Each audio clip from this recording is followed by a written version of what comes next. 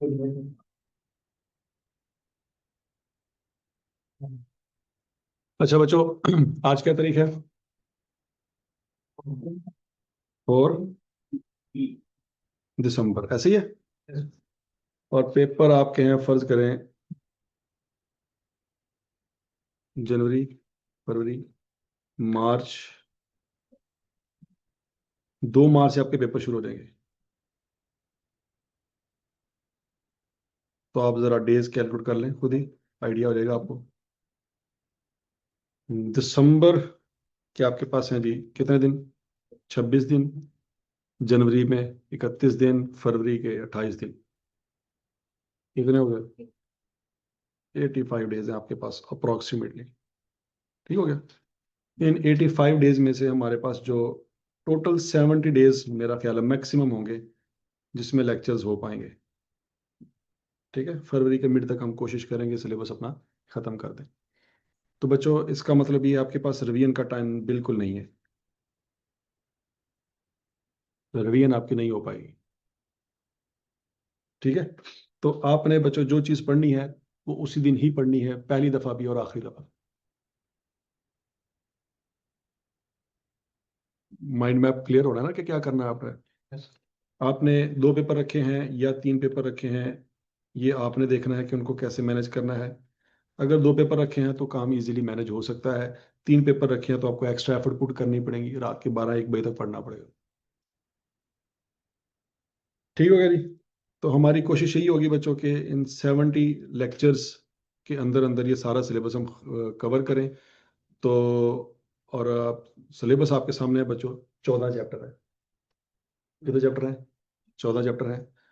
लेकिन ये 14 चैप्टर इतने मुश्किल नहीं है इस लिहाज से कि अकाउंटिंग के ऊपर, बेसिक्स के ऊपर हमारा टाइम जो लगना था वो इंट्रोडक्शन टू अकाउंटिंग में लग चुका है। डेबिट क्रेडिट क्या होता है, लेजर क्या होते हैं, ट्रायल क्या होता है, फाइनेंशियल स्टेटमेंट क्या होती है। इनिशियल एक इंफ्रास्ट्रक्चर हमारा बन चुका है।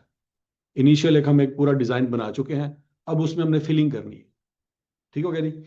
ये चैप्टर नंबर 1 है जी, गवर्नमेंट ग्रांट का।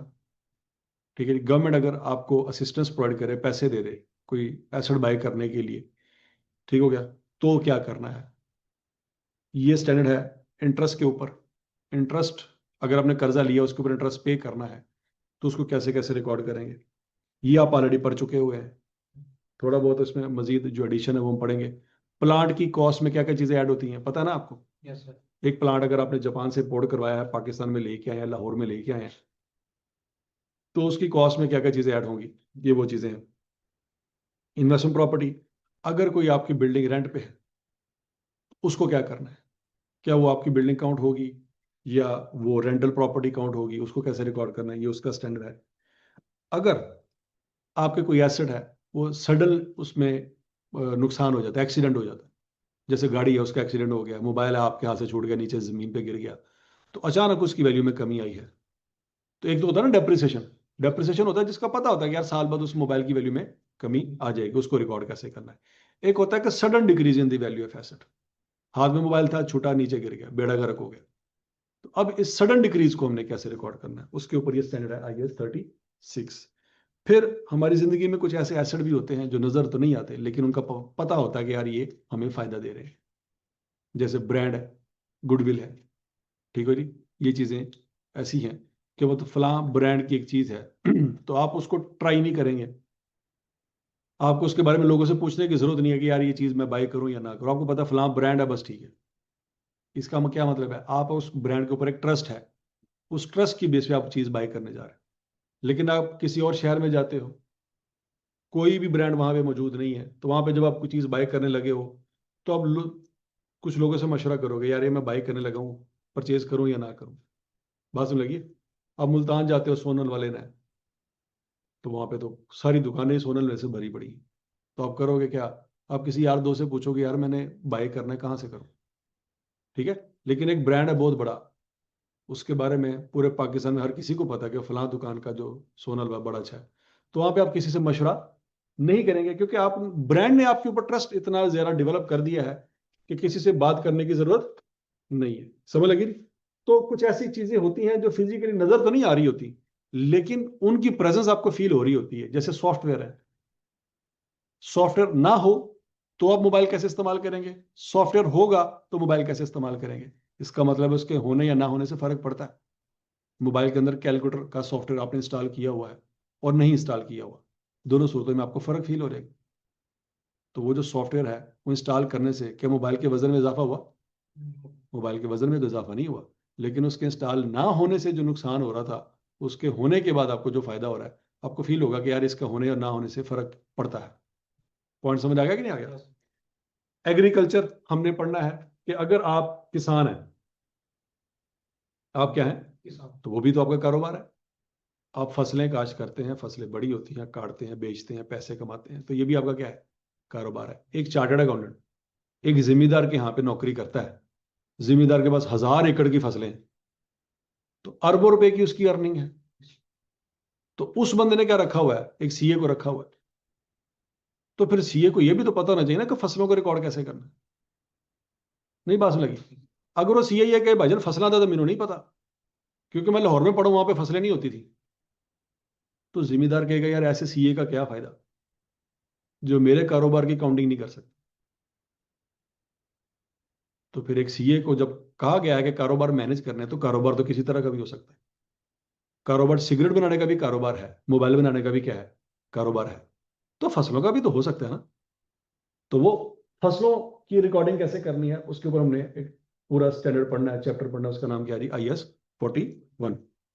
फिर ये पीआरसी में मैंने आपको एक बात पढ़ाई थी कि आपके फाइनेंशियल स्टेटमेंट के 5 कंपोनेंट होते हैं, याद है कुछ कुछ? कौन कौन से?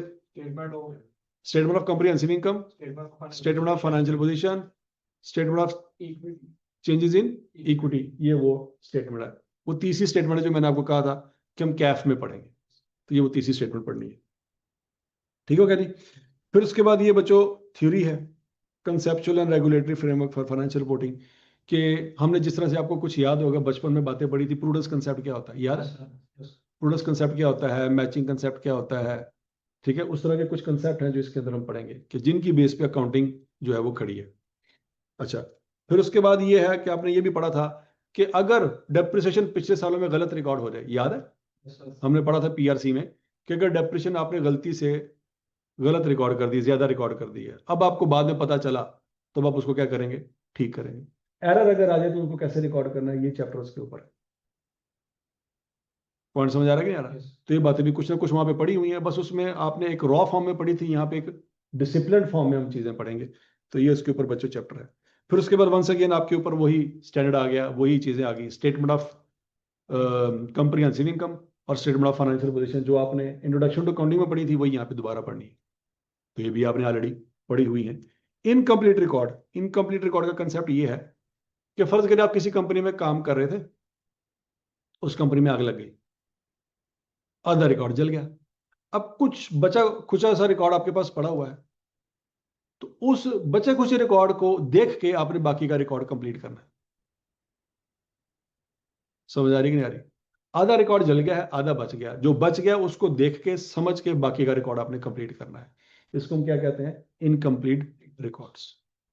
तो हमें इतना काबिल होना चाहिए कि जिस कंपनी में हम काम कर रहे थे, अगर उसका डाटा जल जाए, जाया हो जाए, जल्जला आ जाए, सैलाब आ जाए, जिस कंप्यूटर में डाटा था वो कंप्यूटर जल गया, तो चार्टर्ड अकाउंटेंट इस काबिल होना चाहिए कि वो उसको आधा डाटा भी दिया जाए ना, बाकी वो पूरा कर ले। तो ये स्किल हमने यहाँ पे सीखने इनकम्प्लीट रिकॉर्ड में। अच्छा, एक चार्टर्ड अकाउंटेंट कल को किसी एनजीओ में चला जाता है और एनजीओ वालों को जाके कहे भाईजान मैनू तो नहीं आना पता तुझे की करते पे हो, तो एनजीओ वाले कहेंगे ये कौन सा सीए की है इस बंदे ने कि इसको हमारे रिकॉर्ड ही नहीं पता। तो फिर एक चीज, एक सीए को ये भी बताना चाहिए कि एनजीओ के अंदर क्या क्या होता है, उस चीज को भी हम कवर करेंगे। ठीक है जी? और फिर आखिरी चीज रह गई है statement of cash flow. 5 statement पढ़ी थी ना आपने पीआरसी में। स्टेटमेंट ऑफ कंप्रिहेंसिव इनकम वो यहाँ पे पढ़नी है, स्टेटमेंट ऑफ फाइनेंशियल पोजीशन यहाँ पे पढ़नी है, और स्टेटमेंट ऑफ चेंज इक्विटी यहाँ पे पढ़नी है, और स्टेटमेंट ऑफ कैश फ्लो यहाँ पे पढ़नी है। 4 होगी, 5वीं क्या थी?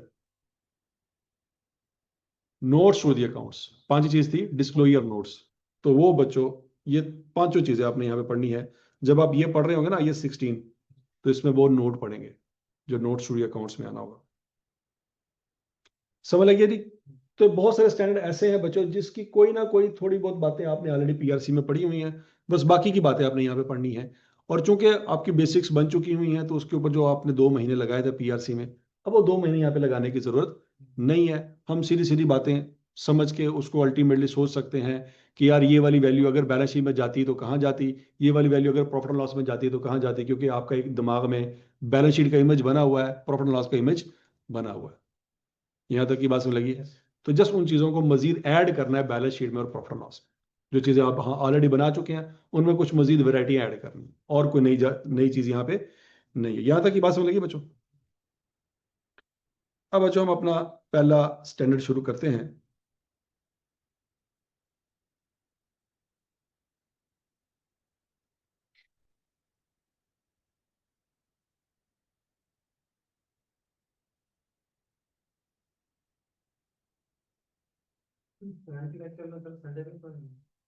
हाँ जी।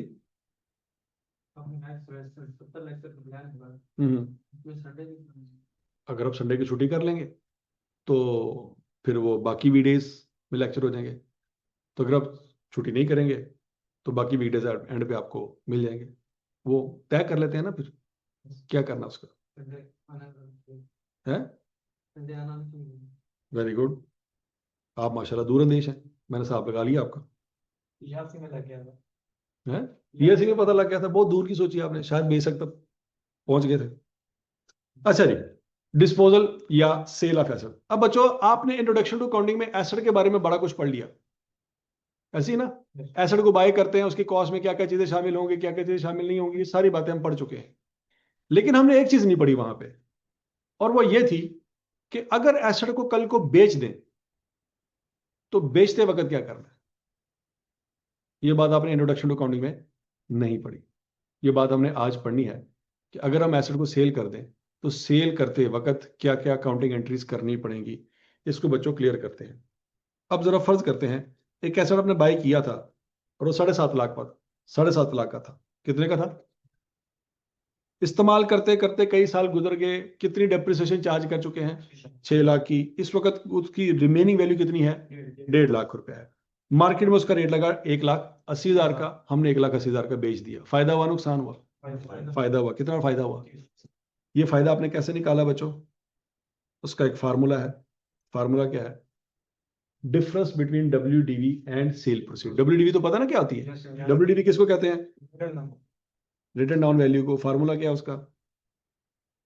कॉस्ट माइनस एक्यूमुलेटेड डेप्रिसिएशन को WDV कहा करते थे।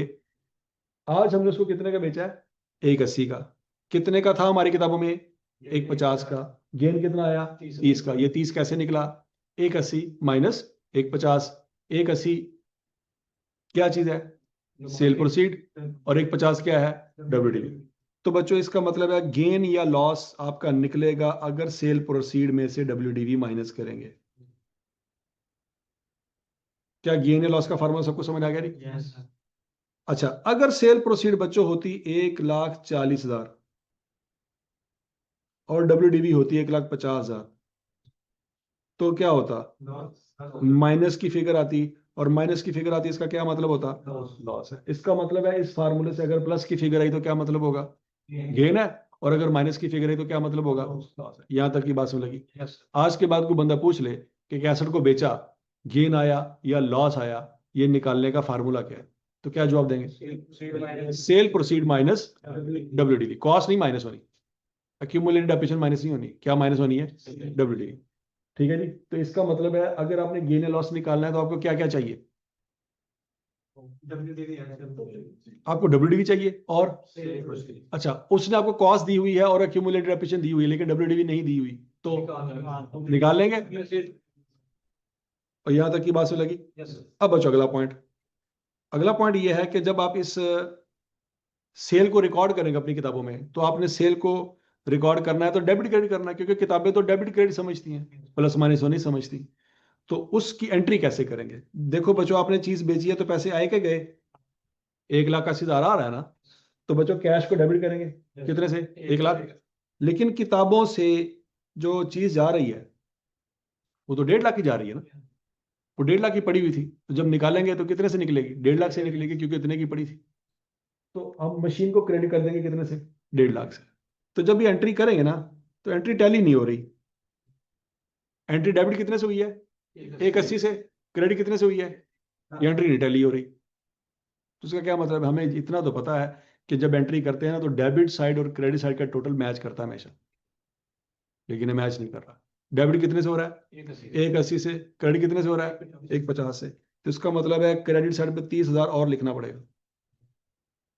और चूंकि वो 30,000 क्रेडिट साइड पे लिखना पड़ रहा है, तो वो क्या चीज होगी, वो गेन होगा। गेन इनकम है, और इनकम में जब इजाफा होता है तो क्या करते हैं, क्रेडिट करते हैं। तो ये अगर ये चीज क्रेडिट हो रही है दैट मीन्स ये गेन। नई बात लगी। मतलब अगर आपको ये फार्मूला नहीं भी पता, ये फार्मूला नहीं पता गेन लॉस निकालने का, तो बच्चों गेन लॉस फिर भी आप निकाल सकते हैं। कैसे निकाल सकते हैं, आप कहें जो पैसे आए डेबिट, जो मशीन गई वो क्रेडिट। पैसे कितने आए, 180। मशीन कितने की गई, तो ये एंट्री करेंगे तो ऑटोमेटिकली गेन निकला है। यहां तक की बात में लगी। अच्छा, दूसरा पॉइंट ये है कि सर हम तो जब पीआरसी में पढ़ा करते थे तो वहां पे तो क्यूमुलेटेड डेप्रिसिएशन का अकाउंट अलग से बनाया करते थे, याद है ना। तो जब अक्यूमुलेटेड डेप्रिसिएशन का अकाउंट बनाया करते थे तो मशीन का अकाउंट हमारा कॉस्ट पे पड़ा होता था। वो तो कभी मशीन के अकाउंट में 1 रुपया भी कम नहीं होता था। तो अगर हमने मशीन 10 साल पहले परचेज की थी 7.5 लाख की, तो आज भी 7.5 लाख की होगी। बात बिल्कुल ठीक है।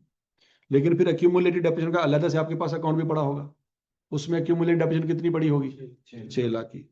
अब जो मशीन है आपके पास 7.5 लाख की, इसकी नेचर आपकी अकाउंटिंग में क्या होगी, डेबिट के क्रेडिट, डेबिट होगी। ठीक हो गया। और जो क्यूमुलेटेड डेप्रिसिएशन है आपकी किताबों में उसकी नेचर क्या होगी, क्रेडिट होगी। तो डब्ल्यूडीवी आपकी किताबों में नजर नहीं आ रही होगी, मशीन लैदर नजर आ रही होगी, और एक्यूमुलेटेड डेप्रिसिएशन अलग नजर आ रही होगी। अब आपने इसको बेच दिया तो आपके पास दो अकाउंट है जिसको आपने उड़ाना है। जब आप इस मशीन को बेचोगे ना तो दो चीजें हैं जो अपने अकाउंट्स में से उड़ानी है। कौन कौन सी, एक तो आपने मशीन को उड़ाना है, दूसरा उससे रिलेटेड जितनी डेप्रिसिएशन उसको भी उड़ाना है, मतलब डिलीट करना है ना। देखो आपने मोबाइल बेचा है तो मोबाइल का चार्जर अपने पास रखोगे, मोबाइल गया तो चार्जर भी गया। नई बात समझ लगी। तो बच्चों जब ये मशीन जा रही है तो उससे रिलेटेड जितनी एक्यूमुलेटेड डेप्रिसिएशन पड़ी है वो भी जाएगी। यहां तक की बात समझ लगी है। तो अब आपने मशीन बेची, ओके, कितने की बेची जी, 180 की। पैसे आए के गए, तो क्या करेंगे, कैश को डेबिट करेंगे। यहां तक की बात समझ लगी। मशीन बेची तो मशीन कितने की जाएगी, 7.5 लाख की। 7.5 लाख की क्यों जाएगी, क्योंकि किताबों में 7.5 लाख की शो हो रही थी। तो 7.5 लाख की मशीन गई, एसेट को क्या कर देंगे, क्रेडिट। ऐसी है। अब अक्यूमुलेटेड डेप्रिसिएशन आपके पास पड़ी हुई है उस मशीन की, कितनी पड़ी हुई है, 6 लाख। ये पड़ी हुई है, इसकी नेचर क्या है, क्रेडिट। इसको भी किताबों से निकालना है। तो किताबों से निकालने का कंसेप्ट ये है कि जो जिसकी नेचर है उससे अपोजिट काम करे। अक्यूमुलेटेड डेप्रिसिएशन की नेचर क्या है, क्रेडिट। जब इसको उड़ाना है तो क्या करेंगे, अक्यूमुलेटेड डेप्रिसिएशन को डेबिट करेंगे। क्या यहां तक की बात समझ लगी। ये दो डेबिट हो रहे हैं और ये क्रेडिट हो रहा है। हजम शुद्ध। तो जब बच्चों ये तीन चीजें लिख लोगे ना तो चौथी चीज ऑटोमेटिकली गेन निकल आएगी। देखो जरा, ये अगर ना लिखा हो तो डेबिट साइड पे बच्चों कितना बैलेंस है, 7,80,000। और क्रेडिट साइड पे कितना बैलेंस है, तो पता चल गया क्रेडिट साइड में 30,000 रुपए की कमी है। तो क्रेडिट साइड पे 30,000 रुपये और लिखेंगे, और साथ क्या लिखेंगे, गेन। गेन क्यों लिखा, क्योंकि क्रेडिट साइड पे बैलेंस आ रहा है तो ये हमारी क्या होगी, इनकम होगी। लेकिन अगर बैलेंस डेबिट साइड पे आ रहा होता तो लॉस होता।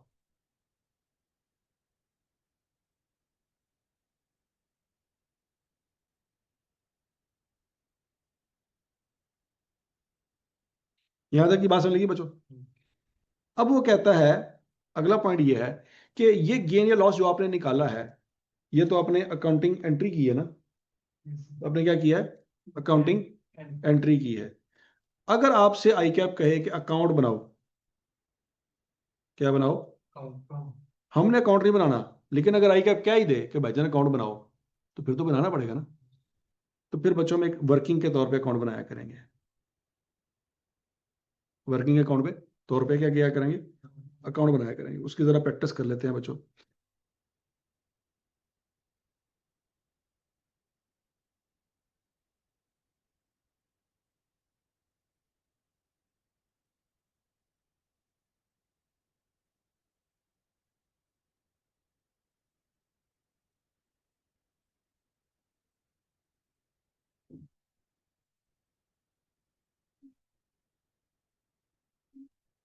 देखो जी बच्चों, हमारे पास एंट्री क्या है पहली? कैश डेबिट कितने से? 1,80,000 से। और एसेट मशीन है, मशीन क्रेडिट 1,50,000 से। और गेन क्रेडिट कितने से? 30,000 से। अब जरा ध्यान से मेरी बात सुनिए।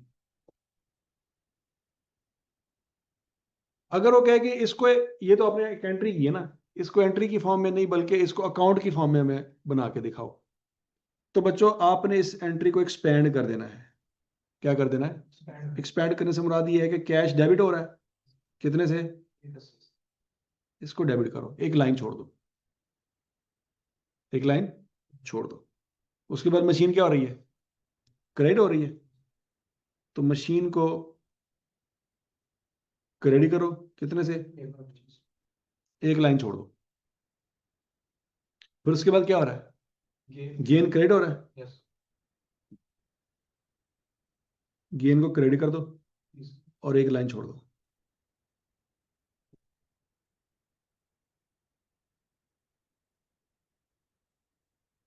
क्या ये बात समझ आई आपको? ये एक एंट्री आपको समझ आती है ना कि नहीं आती? ये एंट्री सबको क्लियर है? मैंने इस एंट्री को एक्सपेंड किया, एक एक लाइन छोड़ दी है मैंने। अब वो जो लाइन मैंने छोड़ दी है ना, उसकी जगह पे मैंने एक अकाउंट बनाना है, जो अकाउंट आई कैप ने हमसे मांगा होगा, और उसका नाम है डिस्पोजल। कैश क्या हो रहा है? डेबिट। तो कोई दुनिया में दूसरा अकाउंट क्रेडिट होगा, कौन सा? डिस्पोजल।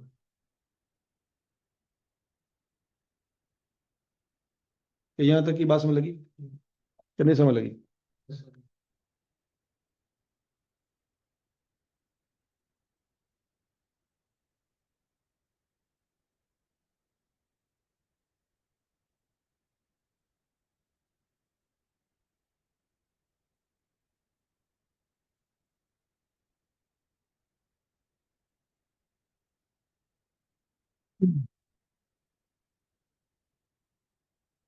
क्लियर है जी? कैश डेबिट होगा, होगा कि नहीं होगा, पहले ये बता दो। क्या कैश के डेबिट होने पे आपको यकीन है? क्यों? कैश क्यों डेबिट हो रहा है? आ रहा है। इसकी लॉजिक क्लियर है सबको? कैश डेबिट हो रहा है क्यों? क्योंकि भाई पैसे आ रहे हैं इसलिए डेबिट हो रहा है। डिस्पोजल क्रेडिट हो रहा है, क्यों हो रहा है इसका नहीं पता, लेकिन कैश डेबिट हो रहा है इसकी लॉजिक हमें पता है। नहीं समझ लगी? डिस्पोजल क्रेडिट क्यों हो रहा है? नहीं पता भाई, क्यों हो रहा है हमें नहीं पता। डिस्पोजल एसेट है? नहीं। एक्सपेंस है? पता नहीं। इनकम है? पता नहीं। लाइबिलिटी है? पता नहीं। कैपिटल है? पता नहीं, कुछ नहीं पता। भाड़ में जाए। कैश आ रहा है कि नहीं आ रहा? कैश आ रहा तो कैश को क्या करेंगे? इसकी लॉजिक क्लियर होना जरूरी है, इसकी लॉजिक नहीं भी पता चलती कोई मसला नहीं। हजम शुद। अगला पॉइंट, मशीन जा रही है कि नहीं जा रही? तो मशीन जाएगी तो क्या करेंगे? उसको क्रेडिट करेंगे, इसकी लॉजिक क्लियर होना जरूरी है।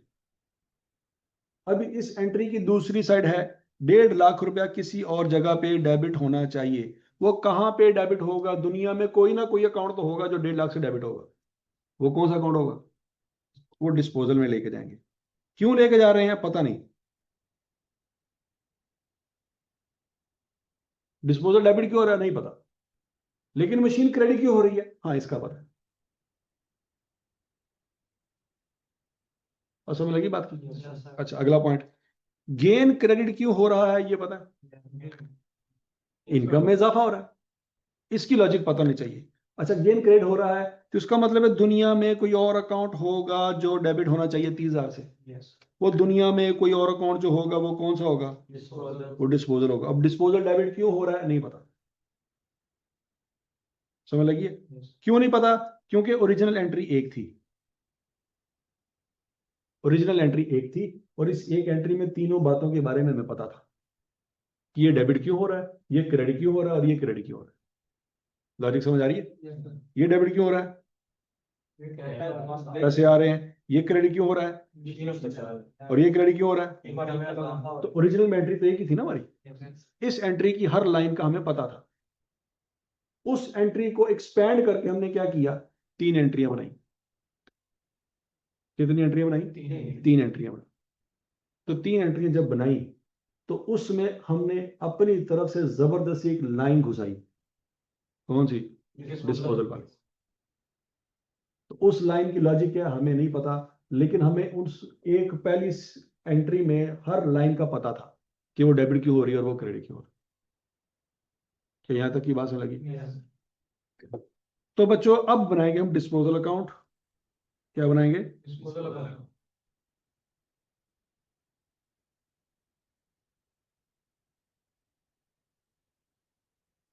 और डिस्पोजल अकाउंट भी इसलिए बना रहे हैं कि आई कैप ने मांगा है। अगर आई कैप ने ना मांगा होता, हमारा गुजारा इस एंट्री से हो रहा था कि नहीं हो रहा था? हमारा गुजारा इस एंट्री से हो रहा था और हमें अच्छी खासी एंट्री समझ आ रही थी।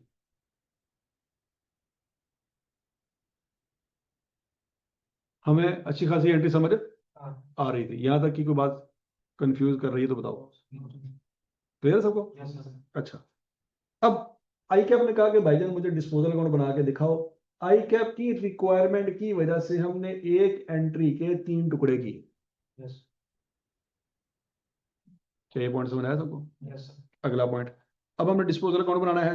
तो आपको अच्छी तरह से पता है डिस्पोजल अकाउंट में सारी चीजें वो जाएंगी जो डिस्पोजल वाली लाइनें लिखी हुई है। ये 1,80,000 से डिस्पोजल अकाउंट डेबिट हो रहा है कि क्रेडिट हो रहा है? तो बच्चों क्रेडिट साइड पे 1,80,000 लिखेंगे। अंग्रेजी अपोजिट लिखा हुआ करते थे, याद है? अंग्रेजी में यहाँ पे क्या लिखेंगे, कैश। अगर मैं कैश अकाउंट बना रहा होता तो कैश अकाउंट के किस साइड पे क्या लिखता, डेबिट साइड पे 1,80,000 लिखता और साथ अंग्रेजी का लिखता, डिस्पोजल लिखता। लेकिन कैश अकाउंट तो उसने मांगा ही नहीं, हम बनाएंगे भी नहीं। लॉजिक समझ आई कि नहीं? उसने हमसे मांगा डिस्पोजल अकाउंट, तो डिस्पोजल अकाउंट दिखाएंगे। लेकिन डिस्पोजल अकाउंट के क्रेडिट साइड पे 1,80,000 लिखेंगे और अंग्रेजी साथ क्या लिखेंगे यहाँ पे, कैश। लॉजिक समझ आई? अब दूसरी एंट्री में डिस्पोजल क्या हो रहा है, तो डेबिट साइड पे क्या लिखेंगे, 1,50,000। अंग्रेजी क्या लिखेंगे, मशीन। हजम शुद्ध। अगर कोई मशीन अकाउंट बना रहे होते तो उसके क्रेडिट साइड पे क्या लिखते और अंग्रेजी का लिखते, डिस्पोज। क्या ये पॉइंट समझ आ गया? अच्छा जी, तीसरा अकाउंट, तीसरी एंट्री में डिस्पोजल क्या हो रहा है, इधर लिखेंगे और साथ अंग्रेजी का लिखेंगे, गेन। तो क्या बच्चों मेरा सवाल आपसे ये है, क्या क्या गेन डेबिट हो रहा है? गेन डेबिट नहीं हो रहा, डिस्पोजल डेबिट हो रहा है। अगर कोई गेन अकाउंट बना रहे होते, अगर वो गेन अकाउंट बना रहे होते, उसके क्रेडिट साइड पे 30,000 आना था और साथ अंग्रेजी की आनी थी।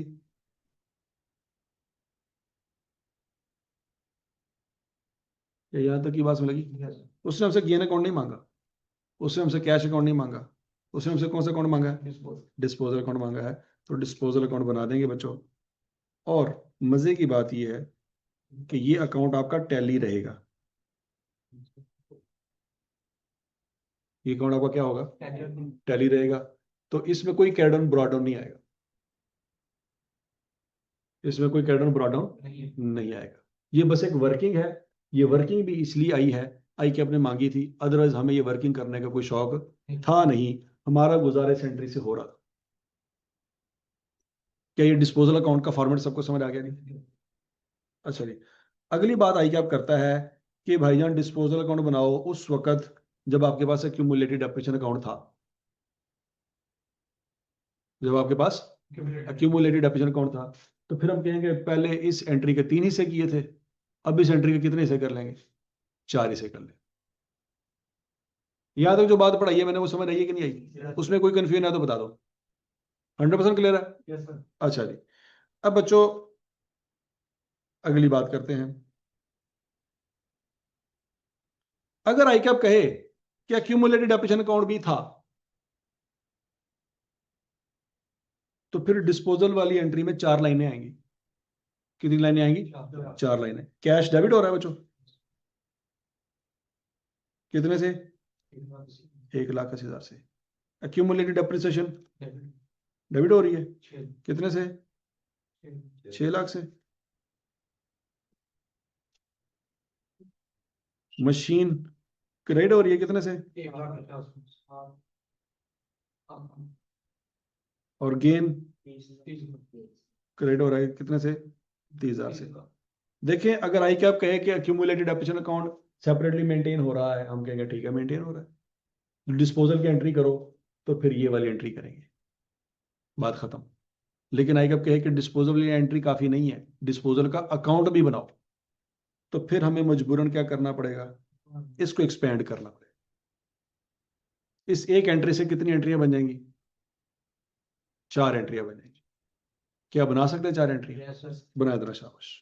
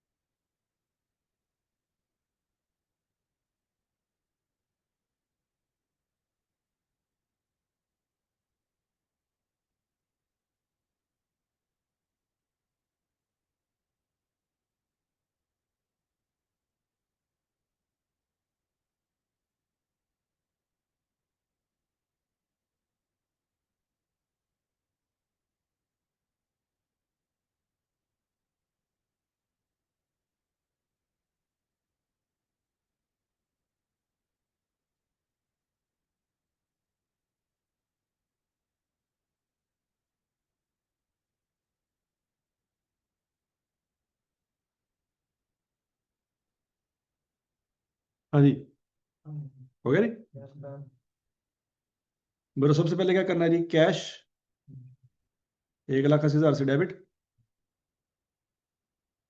दूसरी लाइन छोड़ देंगे। फिर एक्यूमुलेटेड डेप्रिसिएशन 6 लाख से डेबिट, दूसरी लाइन खाली छोड़ देंगे। फिर मशीन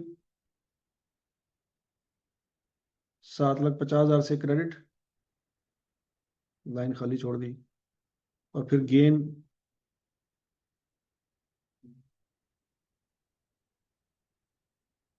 30,000 से क्रेडिट, लाइन खाली छोड़ दी। यहां तक की बात समझ लगी? अच्छा, कैश डेबिट हो रहा है 1,80,000 से, तो दुनिया में कोई और अकाउंट क्रेडिट हो रहा होगा 1,80,000 से, कौन सा? डिस्पोजल। एक्यूमुलेटेड डेप्रिसिएशन डेबिट हो रही है 6 लाख से, तो दुनिया में कोई और अकाउंट क्रेडिट हो रहा होगा 6 लाख से, कौन सा? डिस्पोजल। मशीन क्रेडिट हो रही है 7.5 लाख से, तो दुनिया में कोई और अकाउंट 7.5 लाख से डेबिट भी हो रहा होगा, कौन सा? डिस्पोजल। गेन क्रेडिट हो रहा है 30,000 से, दुनिया में कोई और अकाउंट डेबिट भी हो रहा होगा, कितने से? 30,000 से। यहां तक की बात लगी? अब इसकी बेस पे बच्चों हम क्या करेंगे? डिस्पोजल अकाउंट बना लेंगे। जरा ध्यान से बच्चों, अब पहली लाइन में डिस्पोजल डेबिट हो रहा है कि क्रेडिट हो रहा है? क्रेडिट हो रहा है, तो किस साइड पे लिखेंगे? क्रेडिट साइड पे। अंग्रेजी आ जाएगी कैश। दूसरी लाइन में डिस्पोजल क्रेडिट हो रहा है, कितने थे? अंग्रेजी के लिखेंगे एक्यूमुलेटेड डेप्रिसिएशन। तीसरी लाइन में अंग्रेजी के लिखेंगे साथ मशीन। चौथी लाइन में डिस्पोजल डेबिट हो रहा है, साथ अंग्रेजी की आ जाएगी गेन। अब बच्चों आप इसको क्लोज करोगे ना, तो दोनों साइड मैच हो रही है, कोई कैपिटल बैलेंस नहीं आएगा। यहां तक की बात सुन लगी? अगर वो कहे कि एक्यूमुलेटेड डेप्रिसिएशन अकाउंट नहीं बन रहा, तो फिर बच्चों ये एंट्री है, cash debit, machine credit, gain या लॉस निकला है। क्लियर? और अगर वो कहे डिस्पोजल अकाउंट बनाओ, तो फिर इस एक एंट्री के 3 टुकड़े करेंगे, उन 3 टुकड़ों की बेस पर डिस्पोजल अकाउंट बन जाएगा। समझ आई बात की?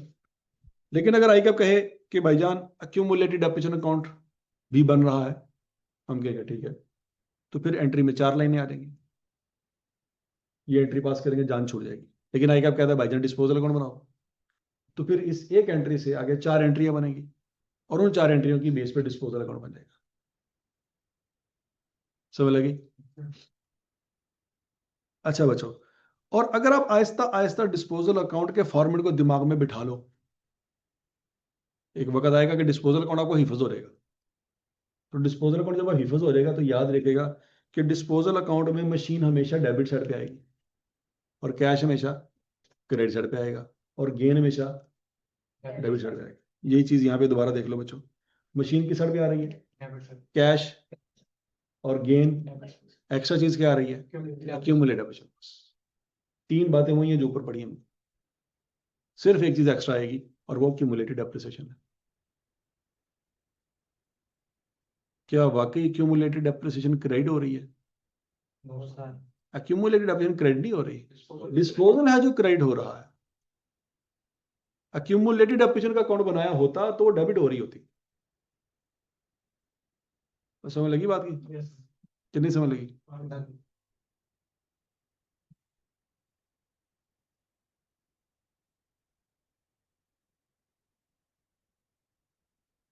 अच्छा जी बच्चों, ये एक नन्ना मुन्ना सा सवाल है, ये हम करते हैं इसको समझते हैं।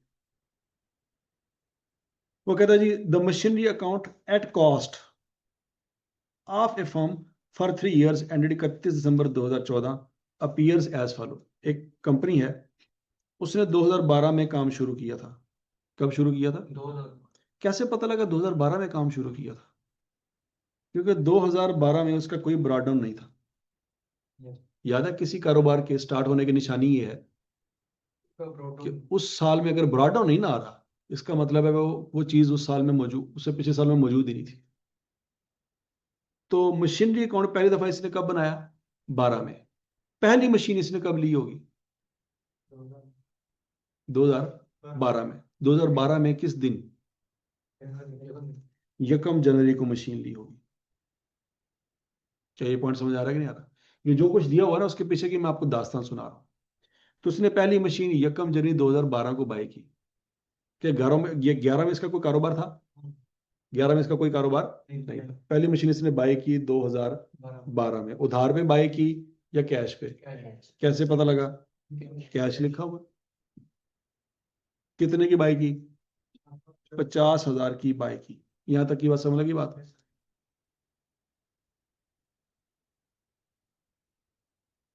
अभी मशीन यूज की होगी इसने, पूरे 12 महीने यूज की होगी कि नहीं की होगी? क्योंकि 1 जनवरी को बाय की थी। साल पूरा गुजर गया और 31 दिसंबर आ गया, और 31 दिसंबर को कैरी वैल्यू क्या लिख रहा है? 50,000। इसका मतलब है डेप्रिसिएशन चार्ज नहीं हुई होगी। डेप्रिसिएशन चार्ज हुई होगी, लेकिन उसने इस अकाउंट में नहीं लिखी, किसी और अकाउंट में लिखी होगी। उस अकाउंट का नाम क्या होगा? Accumulated depreciation account. यहाँ तक की बात समझ आ रही? जो कि उसने हमें नहीं दिया, हो सकता है हमें बनाना पड़े। हो सकता है कि नहीं हो सकता? अच्छा, 2012 में क्या हुआ होगा, उसने नीचे बताया है। Depreciation at the rate of 20% on diminishing value basis was accumulated in provision for depreciation account. Provision for depreciation account he basically accumulated depreciation account का दूसरा नाम है। ठीक हो गया?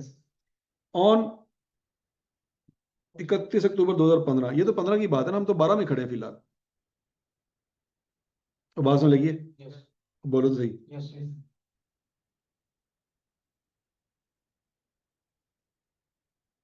अच्छा बच्चों, अगर हम 12 में खड़े हैं तो पहले फिर इसका मतलब है हमें अक्यूमुलेटेड डेप्रिसिएशन अकाउंट की वर्किंग कर लेनी चाहिए कि नहीं कर लेनी चाहिए? अब कोई मुझे बता सकता है?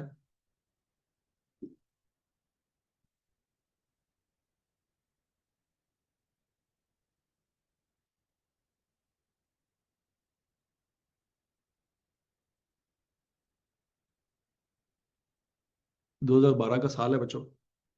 ये मशीन हमने परचेज की थी 1 जनवरी 2012 वाले दिन। कितने की परचेज की थी? 50,000 की। डेप्रिसिएशन का रेट क्या है? 20%। मेथड कौन सा है? Reducing balance method. सारी बातें आपको याद हैं? क्या मुझे आप बता सकते हो कि उस मशीन पे 2012 में डेप्रिसिएशन कितनी आएगी? सारे कैलकुलेट कर ले शाबाश।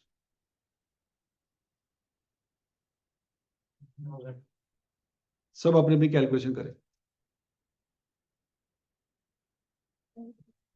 हाँ जी, 10,000। हाँ जी, सबका आंसर आ गया? कोई पीछे रह तो नहीं गया? 10,000 है। हाँ जी। हाँ?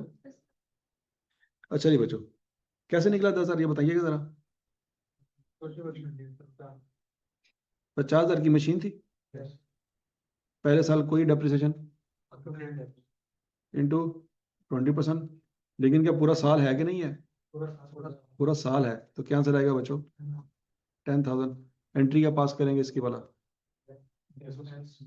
याद रखना इसका ब्रॉडन कोई नहीं है, इसका ब्रॉडन, क्योंकि क्यों नहीं है? पहला साल है। ठीक हो गया? तो 10,000 की डेप्रिसिएशन आएगी, क्या एंट्री पास करेंगे? डेप्रिसिएशन एक्सपेंस डेबिट और एक्यूमुलेटेड डेप्रिसिएशन। हम कौन सा अकाउंट बना रहे हैं? हम डेप्रिसिएशन एक्सपेंस का अकाउंट नहीं बना रहे, हम एक्यूमुलेटेड डेप्रिसिएशन का अकाउंट बना रहे हैं। तो उसके क्रेडिट साइड पे आएगी। अंग्रेजी साथ यहाँ पे क्या लिखेंगे? Depreciation expense. क्या पहले साल में एक ही मशीन थी या कोई और मशीन भी थी? पहले साल में एक ही मशीन थी, साल खत्म हो गया तो बच्चों ये अकाउंट भी यहाँ पे फिर क्लोज हो जाएगा, और एक यहाँ पे क्लोज हो जाएगा, तो 10,000 बैलेंस आ जाएगा। क्या यहाँ तक की बात समझ आई सबको? नहीं समझ आई? क्लियर है? तो बच्चों जब 2013 में आएंगे तो ये कैरेडन क्या बन जाएगा? ब्राडन बन जाएगा कि नहीं बन जाएगा? अब 2013 की दास्तान चलाते हैं। 2013 में ये 50,000 ब्राडन क्यों आ रहा है, ये बात समझ लग रही? ये वो मशीन है जो पिछले साल में ली थी। लेकिन 2013 में यकम जुलाई को कुछ और भी हुआ। क्या हुआ? एक और मशीन बाई की। कितने की बाई की? कैश पे ली कि उधार पे ली? कैश पे ली। कब ली? तो 2013 में ये वाली मशीन कितना टाइम चली होगी? 6 महीने चली होगी कि साल चली होगी? कैसे पता लगा 6 महीने चली होगी? जुलाई में ली थी। तो इन दोनों को बच्चों टोटल करेंगे तो दोनों का टोटल मिला के 70,000 आ जाएगा। तो 31 दिसंबर की रात को 70,000 का मशीन का बैलेंस आ रहा है। लॉजिकली बात समझ आ रही है? अब 31 दिसंबर की रात को आप भी बैठे हैं और आप कर रहे हैं डेप्रिसिएशन कैलकुलेट। तो 2013 की डेप्रिसिएशन आप कैलकुलेट कर सकते हैं? चलें शाबाश करें जरा।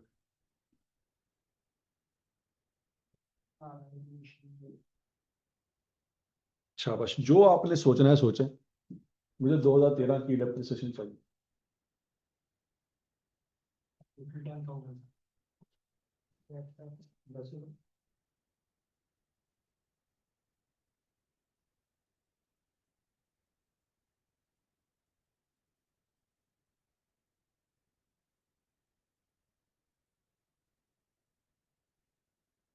मशीन की डेप्यूटेशन 8,000 और बी की 2,000।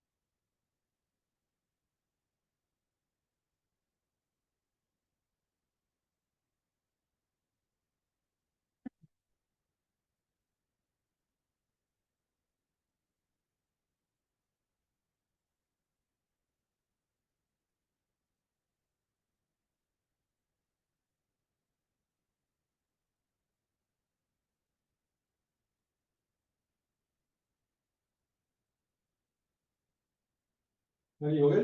Yes. बताइए 2012 13 में क्या होगा बच्चों? 2013 में आपके पास दो मशीनें, अब एक मशीन नहीं है। 2013 में आपने दो मशीनें इस्तेमाल की हैं। पिछले वाली मशीन तो पूरा साल इस्तेमाल की है ना आपने, तो 50,000 में से 10,000 माइनस करेंगे, उसका लेंगे 20%। क्या आंसर आ जाएगा? 8,000। अब जो मशीन नंबर 2 है 20,000 वो कितने की ली है जी? 20,000 20,000 की। तो 20,000 माइनस 0, क्योंकि इसका पहला साल है, इंटू 20% इंटू 6/12। क्या आंसर आ जाएगा?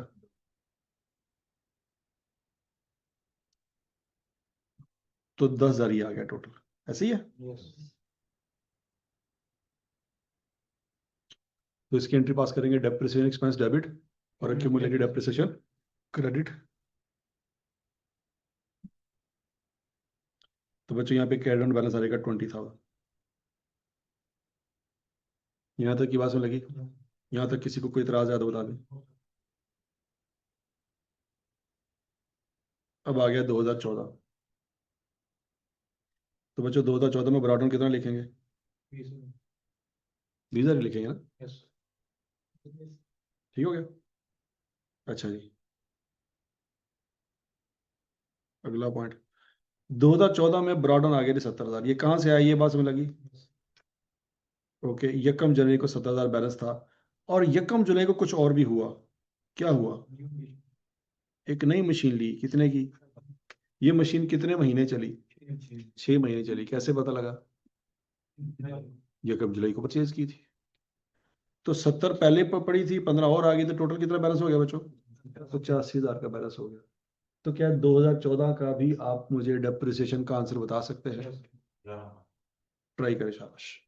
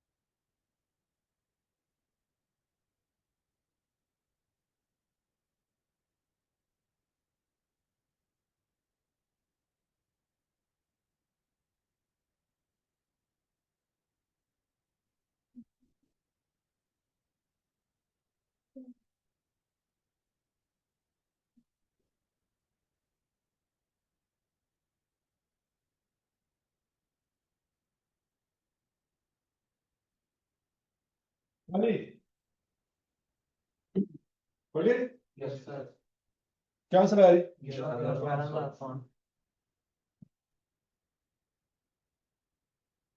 11,500। कैसे? नहीं आ रहा? हाँ जी, 2014 में क्या करेंगे?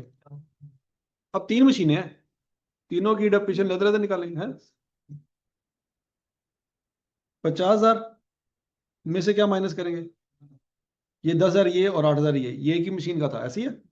18,000 माइनस करेंगे इंटू 20%, आंसर क्या आएगा? 6,400। और फिर उसके बाद 20,000 माइनस इसका ये था 2,000 इंटू 20%, आंसर क्या आएगा? 3,600। फिर उसके बाद तीसरी मशीन है 15,000 की। अब चूंकि इसका पहला साल है, -0 इंटू 20% इंटू 6/12, क्या आंसर आएगा? 1,500। टोटल कितना आ गया? 11,500। अंग्रेजी का लिखेंगे इसके साथ, डेप्रिसिएशन एक्सपेंस। ये अकाउंट क्लोज कर देंगे। यहाँ पे निकलेगा कैरी डाउन, कितना आ जाएगा? 31,500। तो यहाँ तक की बात समझ लगी थी। अच्छा बच्चों, अब यहाँ पे एक शॉर्टकट सुन लो। ये दो मशीनें चूंकि पूरा साल इस्तेमाल हुई हैं, तो इन दोनों का आंसर हम इकट्ठा भी निकाल सकते थे, क्योंकि इन पे टाइम फ्रेम सेम है ना, तो इनको हम इकट्ठा भी कर सकते थे। इनके ऊपर डेप्रिसिएशन का रेट भी सेम है, रेट भी सेम है और टाइम भी सेम है। अब इकट्ठा कैसे करना है? 50 और 20 इनको इकट्ठा करो जरा, क्या आंसर आएगा? 70,000। 18 और 2 को इकट्ठा करो, 20,000 माइनस करो इंटू 20% लो, 10,000। तो उन दोनों को मिलाओ, कितना बनता है? 10,000 ही बनता है। तो इन दो मशीनों को अलग अलग डेप्रिशिएट करने की बजाय आप क्या कर सकते हो? इसका मतलब है जितनी मशीनें हैं जो पूरा पूरा साल इस्तेमाल हुई है, उनको वो इकट्ठा ही डेप्रिशिएट किया करो। अलग अलग कर लें तब भी आंसर सेम आना है, इकट्ठा कर लें तब भी आंसर सेम आना। हाँ, तीसरी मशीन को साथ नहीं मिला सकते थे। क्यों बोला? उसका टाइम सेम नहीं, वो पूरा साल इस्तेमाल नहीं हुई। वो कितने महीने इस्तेमाल हुई है? तो जो भी मशीन 6 महीने या 7 महीने इस्तेमाल होगी, मतलब साल से कम इस्तेमाल होगी, उसको हमेशा अलग रखेंगे। और बाकी जितनी मशीनें पूरा पूरा 12 महीने यूज हुई हैं, उन सबको इकट्ठा कर सकते हैं। समझ लगी बात की? तो 2014 के एंड तक हम पहुंचे हुए थे, और 2014 के एंड तक हम यहां पे पहुंच चुके। आई कैप ने हमें डेप्रिसिएशन का अकाउंट, एक्यूमुलेटेड डेप्रिसिएशन का अकाउंट नहीं बना के दिया, कोई मसला नहीं। हम आई कैप के मोहताज नहीं है, हम सारी कैलकुलेशन खुद कर सकते हैं। और समझ लगी बात की? और बोलो सही।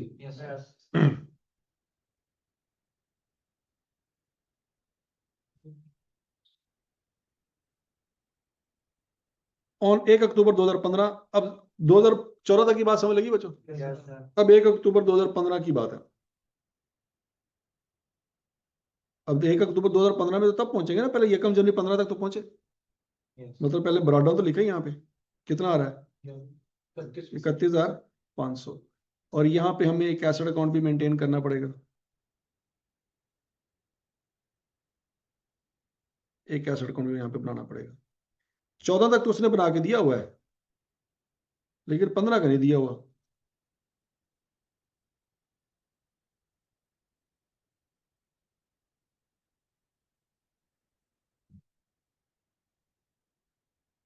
पंद्रह का हम यहाँ पे ओपन कर लेते हैं।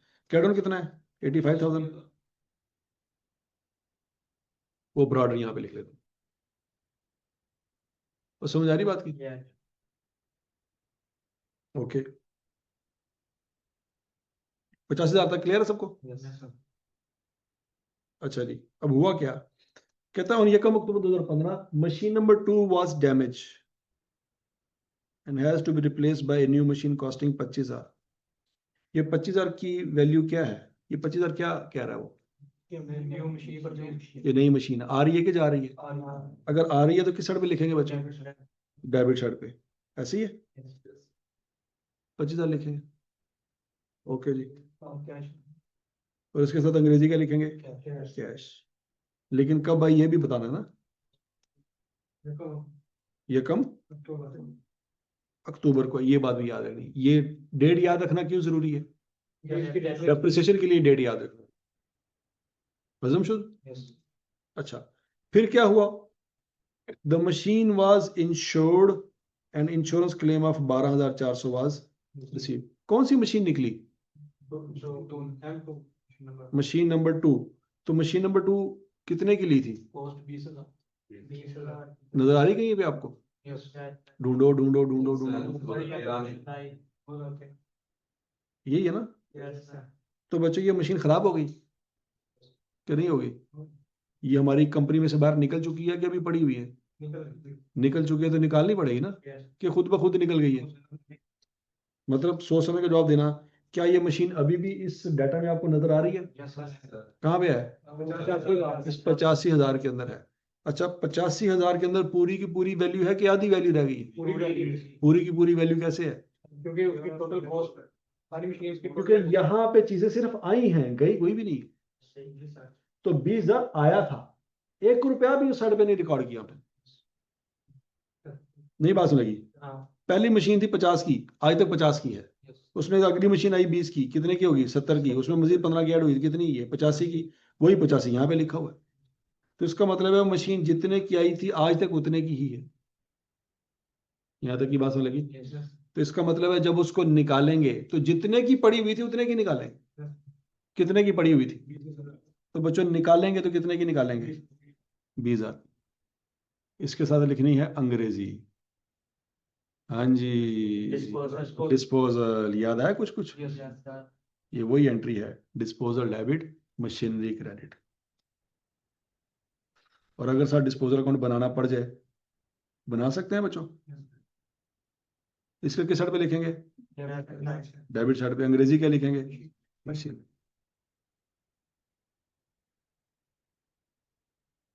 हम एक एंट्री करके भी सारा कुछ कर सकते थे, लेकिन हमें अकाउंट बनाना भी आ गया, हम अकाउंट भी बना सकते हैं।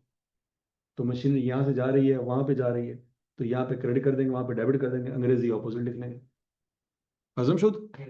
लेकिन क्या इस मशीन से वाबस्ता कुछ यादें भी हैं? उस मशीन से वाबस्ता जितनी भी डेप्रिसिएशन है उसको भी निकालना पड़ेगा। या 31,500 सबको न उड़ा दें? क्या 31,500 को उड़ा दें? क्यों ना उड़ाएं? ये तो सारी मशीन की ये तो सारी मशीनों की डेप्रिसिएशन है ना। तो क्या सारी मशीनों की डेप्रिसिएशन को उड़ा देंगे? नहीं, जो मशीन जा रही है उसकी डेप्रिसिएशन निकाल लेंगे। यहां तक की बात में लगी? अब बोलो तो सही।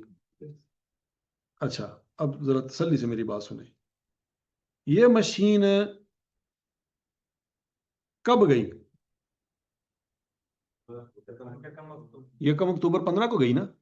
इसका मतलब है यकम अक्टूबर 15 तक तो इस्तेमाल हुई होगी। तो जब इसकी डेप्रिसिएशन निकाल के डिस्पोजल में लेके जानी है, वो यकम जनवरी 15 तक की लेके जानी है या यकम अक्टूबर तक की लेके जानी है? यकम अक्टूबर तक की लेके जानी है, क्योंकि वो 10 महीने भी तो नहीं, 9 महीने इस्तेमाल हुई है ना वो। तो 9 महीनों की डेप्रिसिएशन भी तो आनी है कि नहीं आनी? बोलो तो सही। आनी। तो बच्चों 9 महीनों की डेप्रिसिएशन कितनी बनती है, पहले वो निकालें।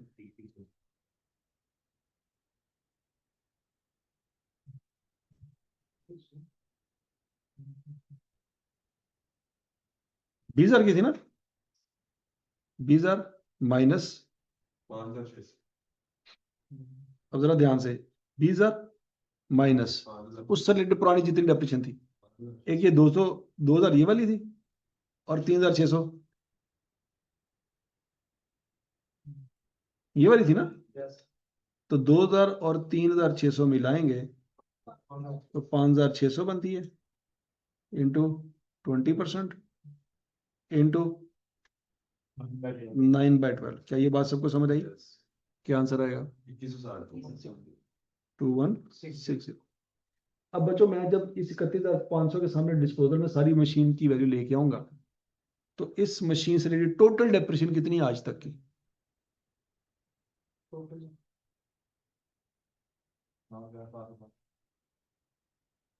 है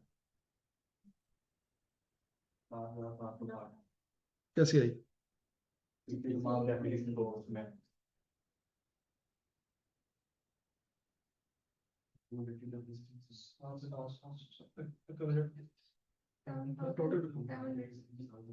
कैसे? 2013 में 2,000, 2014 में 3,600, और 2015 में 2,160। इन तीनों को मिलाएंगे और ये निकाल रहे हैं 7,760 और इसके साथ अंग्रेजी का लिखेंगे डिस्पोजल। याद आया कुछ कुछ? और 7,760 को बच्चों यहाँ पे लिख देंगे और इसके साथ अंग्रेजी का लिखेंगे एक्यूमुलेटेड डेप्रिसिएशन। क्लियर हो गया? अच्छा, अब ये मशीन हमने निकाली, कुछ आया कि गया? क्या आया? अबे मशीन तो आई, उसके अलावा कैश आया कि गया? आवाज ही नहीं आ रही। कितना कैश आया? क्या ये बात समझ लगी? वाज रिसीव्ड आ चुका है या अभी आने की तसल्लियां दी हैं? आ चुका है। कितना आ चुका है? 12,400। तो बस 12,400 यहाँ पे लिखेंगे, साथ कैश लिखेंगे। ये बात समझ आई? मैंने कैश उस साइड पे क्यों लिखा?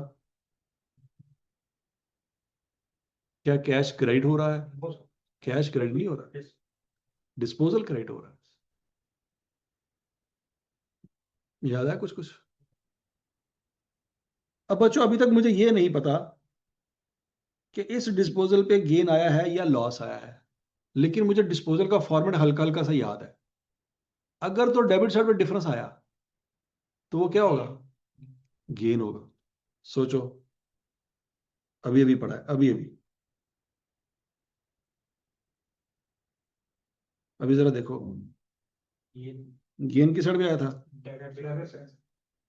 गेन किस साइड पे आया था? तो मैं जो अकाउंट बना रहा हूं,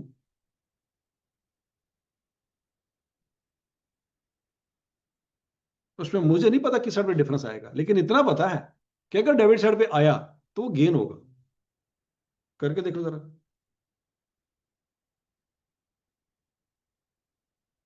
टोटल कितना आता है?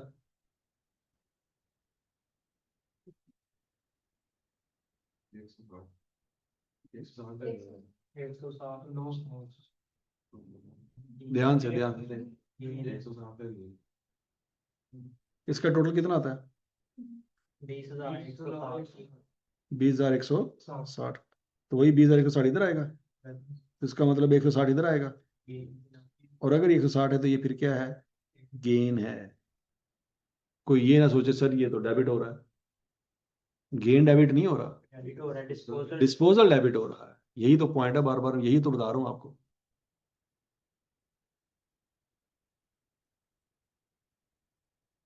नहीं समझ आई? अब बच्चों देखो कि पहले तो हमें एंट्रियां पता होती थी, एंट्री पोस्ट करते सारा कुछ आ जाता था। अब अगर डिस्पोजल अकाउंट में कोई एक आधी चीज मिसिंग हो तो फॉर्मेट आपके दिमाग में बैठ गया। फॉर्मेट आपके दिमाग में बैठ गया कि डिस्पोजल के डेबिट पे क्या क्या आना है, क्रेडिट पे क्या क्या आना है। अगर इन चारों में से आई कैप कोई भी चीज अननोन कर दे तो समझ लग जाएगी वो क्या चीज अननोन की है। और बोलो तो सही। फॉर एग्जाम्पल आई कैप कहता है कि एक डिस्पोजल अकाउंट है, मशीन थी जनाब 2 लाख की। कितने की थी? और उस पर गेन आया 40,000 का। कैश था जनाब 80,000 का। एक्यूमुलेटेड डेप्रिसिएशन नहीं पता, तो निकाल ले। 1,60,000। समझ लगी सबको? अच्छा, अब अगर वो ये कह दे कि गेन आया है जी 15,000 का, लेकिन कैश नहीं पता,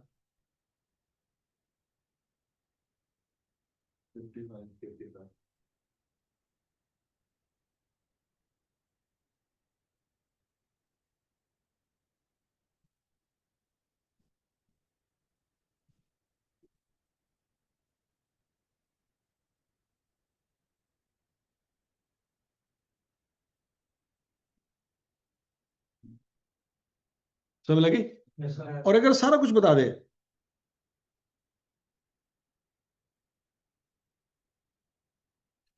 और मशीन की वैल्यू ना पता है,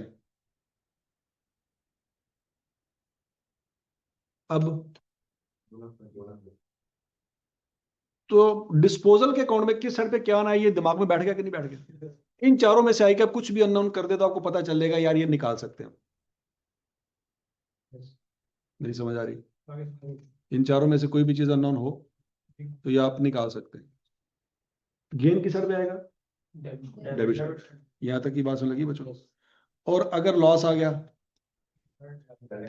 तो फिर वो क्रेडिट साइड पे आएगा। ठीक है जी, फर्ज करो मशीन 2.5 लाख की थी,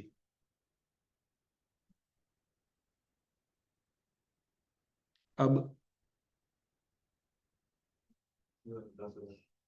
10,000 इस साइड पे लिखना पड़ेगा और अगले साइड पे लिखना पड़ेगा, तो ये फिर क्या होगा, लॉस होगा। अब आप कहेंगे सर लॉस क्रेडिट कैसे हो सकता है? नहीं, लॉस क्रेडिट हो रहा है, डिस्पोजल। हम कहेंगे लॉस क्रेडिट नहीं हो रहा, ये तो डिस्पोजल है जो क्रेडिट हो रहा है, लॉस डेबिट होगा। यहां तक की बात में लगी थी। इन चारों पांचों में से कोई चीज भी अननोन हो, कर लेंगे बच्चों? अच्छा जी, ये जो दास्तान है ये क्लियर होगी सबको? ये गेन समझ आ गया 160 का? अच्छा जी, अब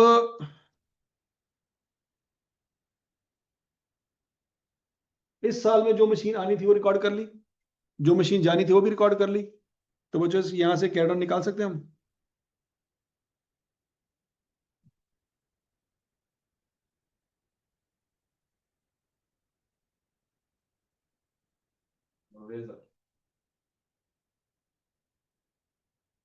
नहीं समझ आई? क्लियर है? अच्छा, अब क्या ये अक्यूमुलेटेड डेप्रिसिएशन अकाउंट बच्चों हमारा कंप्लीट है या इसमें इसमें कुछ गड़बड़ है? क्या गड़बड़ है?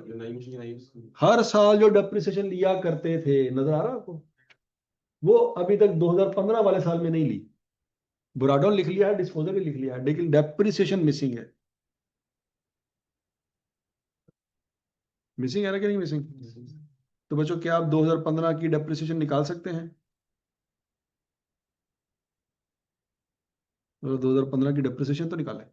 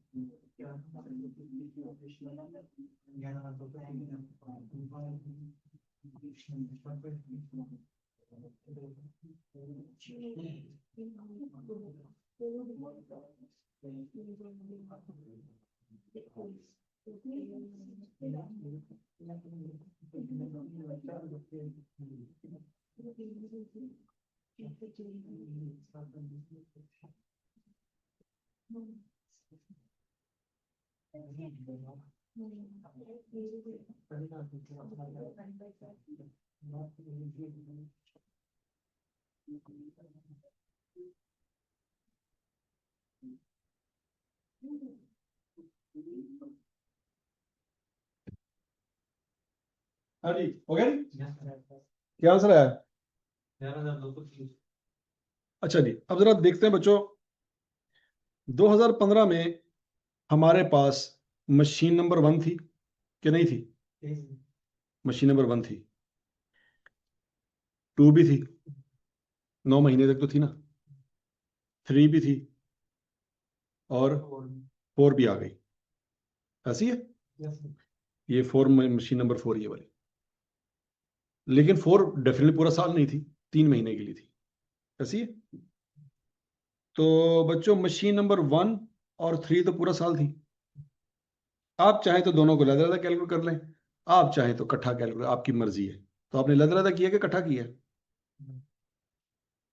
चलो फर्ज करो आपने अलग-अलग किया है, तो बच्चों मशीन नंबर 1 आपके पास 50,000 की थी, ऐसी है। उसमें पहले साल की डेप्रिसिएशन कितनी आ चुकी है? 10। दूसरी कितनी आ चुकी है? 8। तीसरे कितनी आ चुकी है? 6,400। तो तीनों को फिर इकट्ठा कर लें। 24,400 इंटू 20%, क्या आंसर आएगा?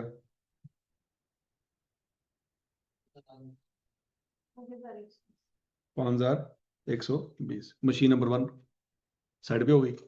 मशीन नंबर 2 ये आप ऑलरेडी निकाल चुके हैं। मशीन नंबर 2 9 महीने की डेप्रिसिएशन ऑलरेडी निकाल चुके हैं ना, मशीन नंबर 2 भी होगी। मशीन नंबर 3, मशीन नंबर 3 कौन सी थी भला? 15,000 वाली, ऐसी है। माइनस, उसमें सिर्फ 1,500 ही माइनस होगा क्योंकि उसके ऊपर सिर्फ पिछले साल ही डेप्रिसिएशन चार्ज हुई थी। है 14,700, 2,700 आएगा, ऐसी है। और मशीन नंबर 4 जो इस साल ली है, कितने की ली है? 25,000 की। -0 इंटू 20% इंटू 3/12,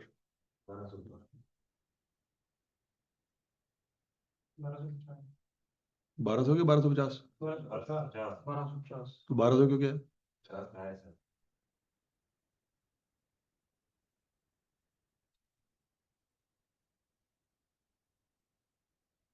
हाँ जी, 11,230। तो बच्चों 11,230 लिखेंगे तो जाके हमारा ये अकाउंट कंप्लीट हो पाएगा। अब कैरेट निकालो।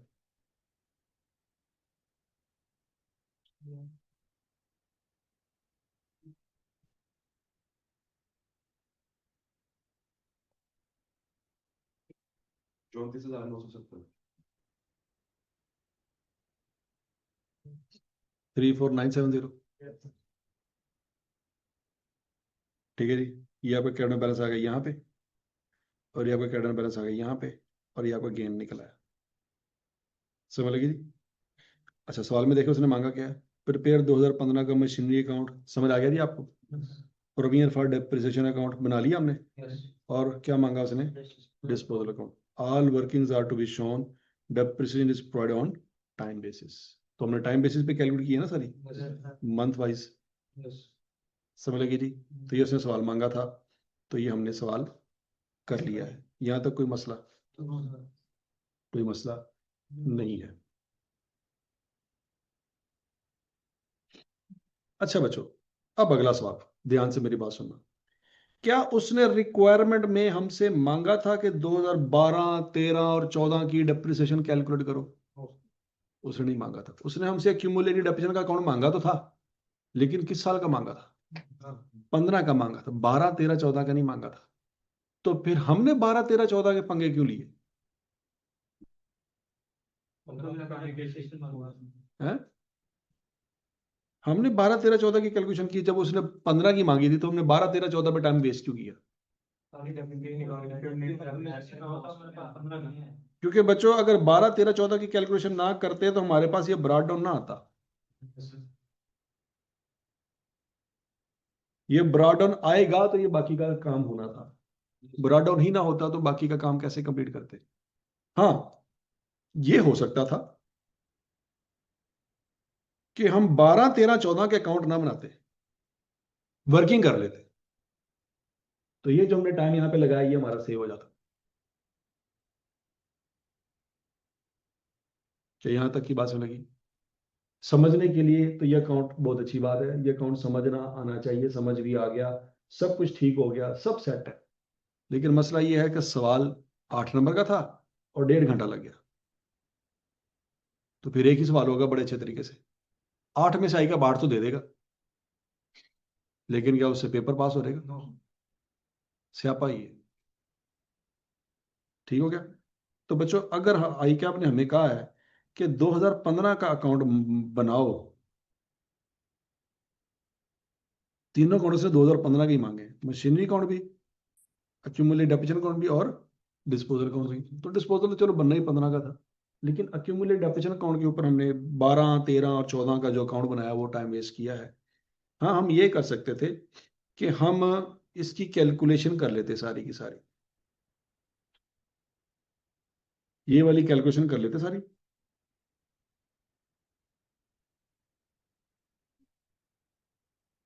और अकाउंट ना बनाते। क्या यहाँ तक की बात समझ लगी? अगर ये वाली कैलकुलेशन करते और अकाउंट ना बनाते तो क्या सिनेरियो बनता, जरा देखते हैं। तो बच्चों हमारी सबसे पहली वर्किंग ही वही होती, कौन सी वाला? हम लिखते, हम, अब हमारे पास कौन सी चीज अननोन होती अगर हमने पिछले 3 सालों के अकाउंट नहीं बनाए हुए थे? बच्चों क्यूमुलेटेड डेप्रिसिएशन का 2015 का ब्रॉडन बैलेंस हमारे पास अननोन होता, और जब तक ये पता ना होता आगे नहीं चल सकते थे।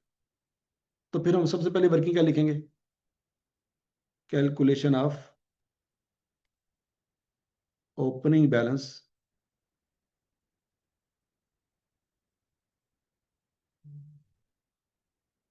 ऑफ अक्यूमुलेटेड डेप्रिसिएशन, ये हमारी हेडिंग होती वर्किंग की।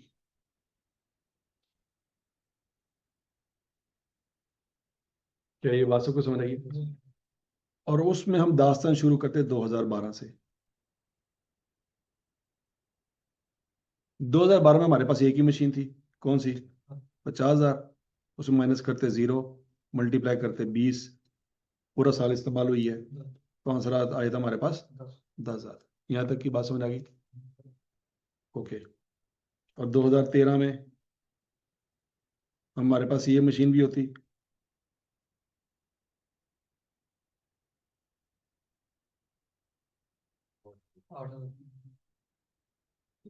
और नई मशीन भी होती,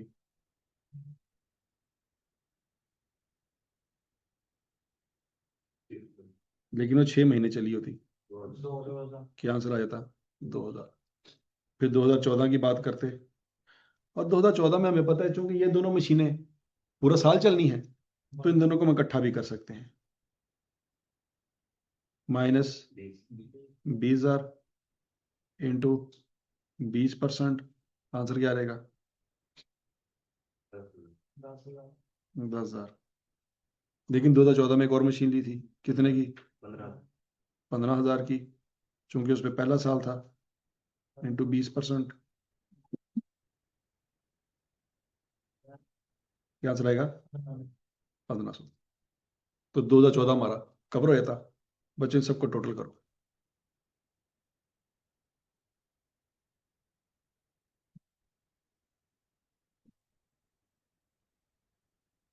तो इस तरह से 2 मिनट के अंदर हमारा 31,500 आया था।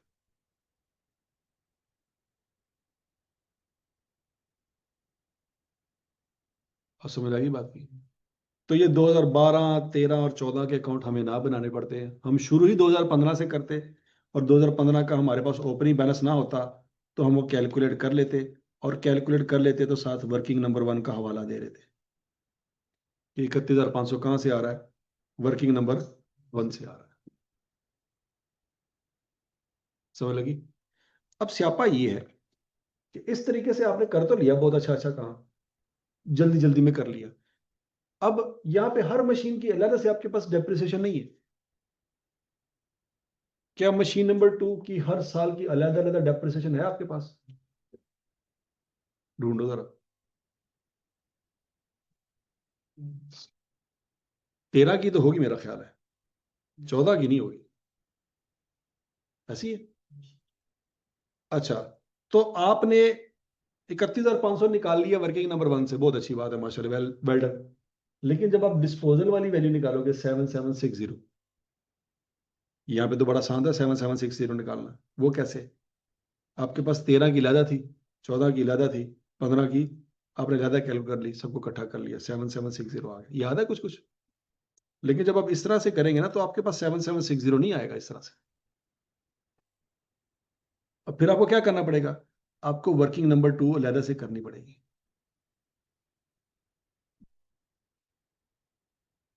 ये बात समझ लगी? वर्किंग नंबर 1 कर ली, और वर्किंग नंबर 2 आपको अलहदा से करनी पड़ेगी, और उसकी हेडिंग देनी पड़ेगी क्या? Calculation of accumulated depreciation on disposal। और 7760 है, उसकी आपको अलहदा से कैलकुलेशन करनी पड़ेगी। अब वो कैलकुलेशन कैसे करेंगे बच्चों? हम लिखेंगे कॉस्ट कितनी थी? 20,000। कब थी? 2013 की किस तारीख को? यकम जुलाई 2013 को। Depreciation at the rate of 20% into 6/12। 6/12 क्यों? 13 में 6 महीने थी ना। क्या आंसर आएगा? 2,000 माइनस करेंगे, WDV निकलेगी कितनी? 18,000। ठीक है। फिर 2014 की डेप्रिसिएशन चार्ज करेंगे 20%, करें जरा 3600। फिर WDV निकल आएगी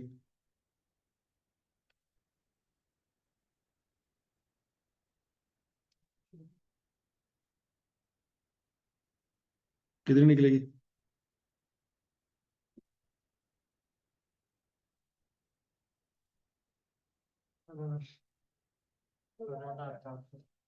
14,400। ठीक हो गया। फिर बच्चों डेप्रिसिएशन निकालेंगे 20%, लेकिन 2015 का साल है तो 9 महीने की आएगी, क्योंकि 9 महीने बाद बेच दिया था है 160। और WDV आ जाएगी आपके पास किस तारीख की? यकम अक्टूबर 2015 की।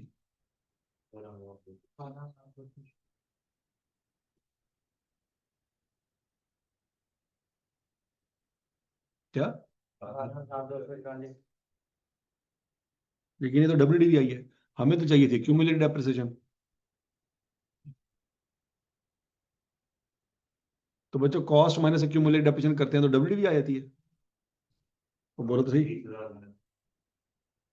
तो क्यूमुलेटेड डेप्रिसिएशन निकालनी हो तो क्या तरीका है? कॉस्ट में से WDV माइनस कर दो।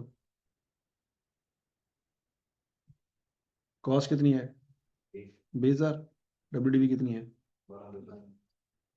क्या आंसर आ जाएगा?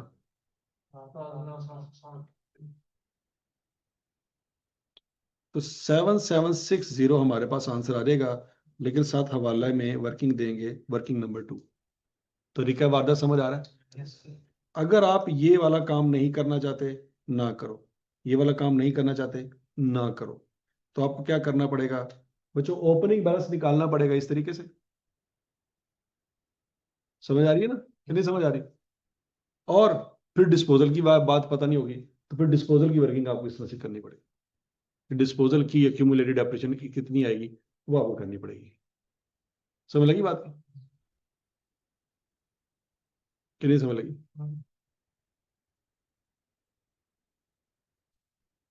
बोलो तो सही।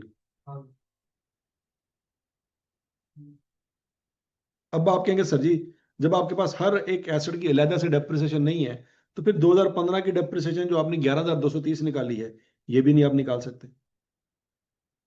नहीं समझ लगी? 11,230 निकालना बड़ा आसान था। कैसे?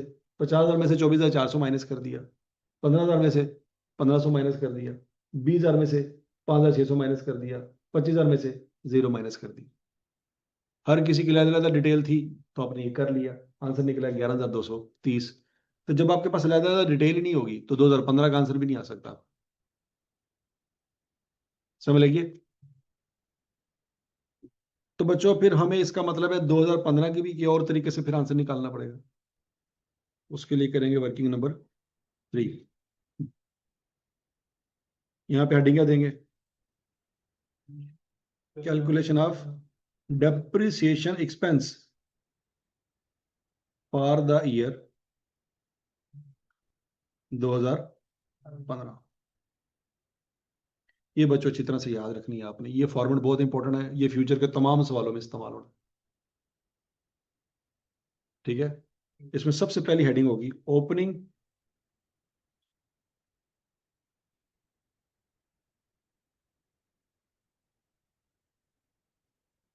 WDV of all assets.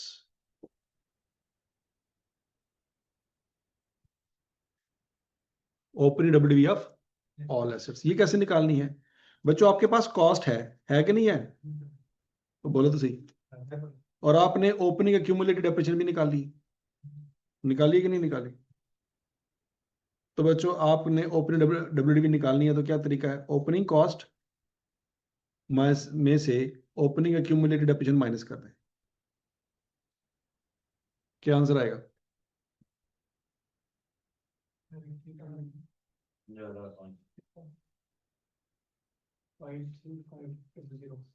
53। इसमें से माइनस कर दें लेस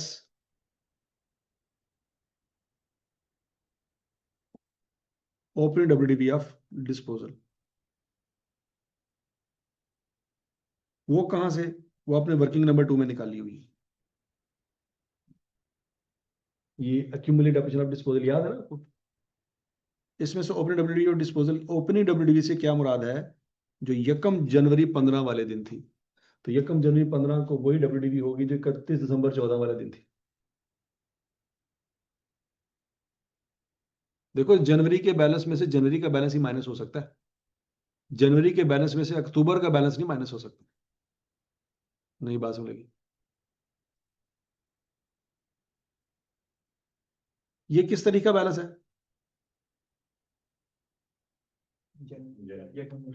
आवाज नहीं आई। और ये WDV किस तरीके की है? तो जनवरी में से अक्टूबर का बैलेंस तो नहीं ना माइनस हो सकता। जनवरी है 15 की और अक्टूबर भी 15 का है, लेकिन 9 महीनों का फर्क है। जनवरी 15 के बैलेंस में से अक्टूबर 15 का बैलेंस कैसे माइनस होगा? तो जनवरी 15 के बैलेंस में से कौन सा बैलेंस माइनस हो सकता है? जनवरी 15 का ही माइनस हो सकता है। उस दिन कितना बैलेंस था? 14,400। नहीं बात सुनेगी? तो यहां से बच्चों 14,400 क्या करेंगे? माइनस कर देंगे।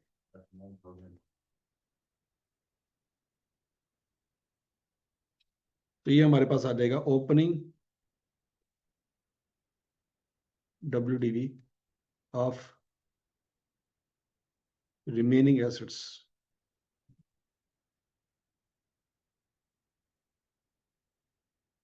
Used for 12 months. ये वो एसेट निकला है जो पूरे 12 महीने इस्तेमाल करेंगे। ये कौन से एसेट निकलेंगे? ये वो एसेट हैं जो पूरे 12 महीने इस्तेमाल होंगे। क्यों? क्योंकि जो पूरे 12 महीने इस्तेमाल नहीं होना था ना, उसको हमने साइड पे कर दिया। वो एसेट जो 12 महीने इस्तेमाल नहीं होना था, अक्टूबर में जाके साइड पे हो जाना था, उसको हमने पहले दिन ही साइड पे कर दी। क्या ये पॉइंट समझ आया? और बोलो तो सही। सादा अल्फाज में बच्चों, ये जो बैलेंस है ना आपके पास, ये बैलेंस मशीन नंबर 1 का है, 2 का है और 3 का है। इसमें से हमने मशीन नंबर 2 साइड पे कर दी। तो अब ये वाला जो बैलेंस है, ये कौन कौन सी मशीन का है? मशीन नंबर 1 का है और 3 का है। इसके ऊपर डेप्रिसिएशन हम इजीली निकाल सकते हैं।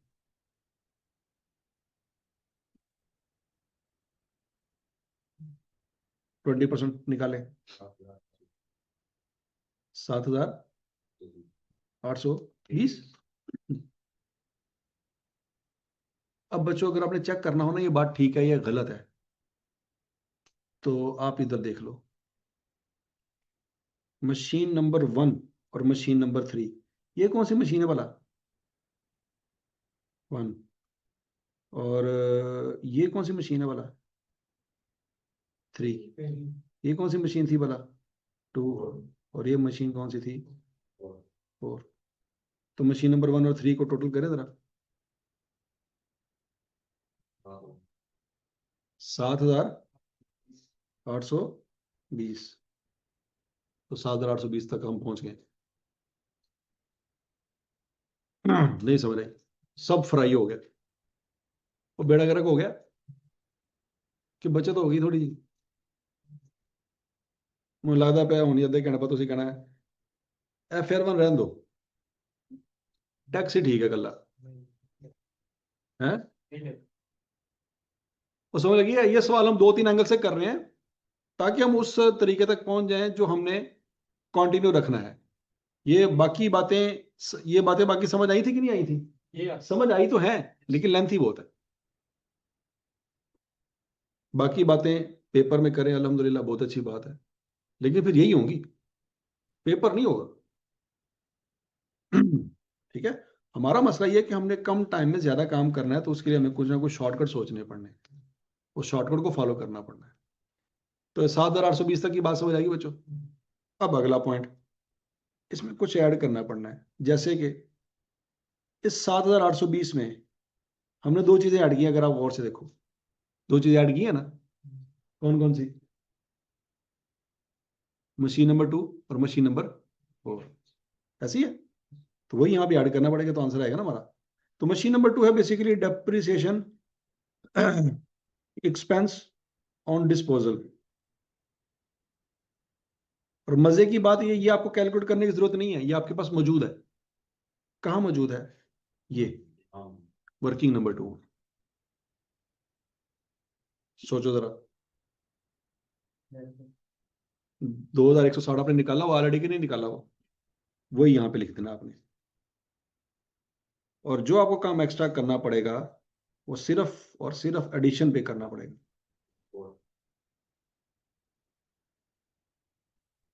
मशीनरी कितने की थी वो बोला? 25,000 की थी।